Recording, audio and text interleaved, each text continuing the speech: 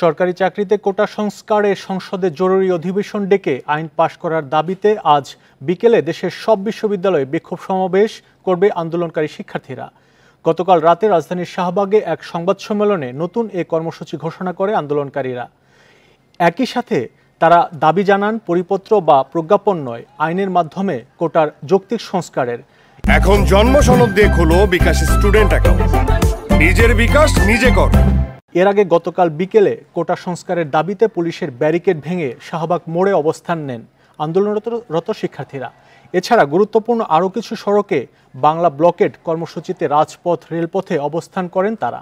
গত ৫ জুন সরকারি চাকরিতে কোটা পদ্ধতি পুনর্বহালের রায় দেয় হাইকোর্ট। এরপরই শুরু হয় শিক্ষার্থী ও চাকরি প্রত্যাশীদের আন্দোলন। বুধবার হাইকোর্টের রায়ে ১ মাসের স্থগিতাদেশ দেয় আপিল বিভাগ। তবে শিক্ষার্থীরা জানান, কোটা সংস্কারের জন্য নির্বাহী বিভাগের সিদ্ধান্তের অপেক্ষায় তারা। সেখান থেকে সুস্পষ্ট ঘোষণা না আসা পর্যন্ত আন্দোলন চলবে।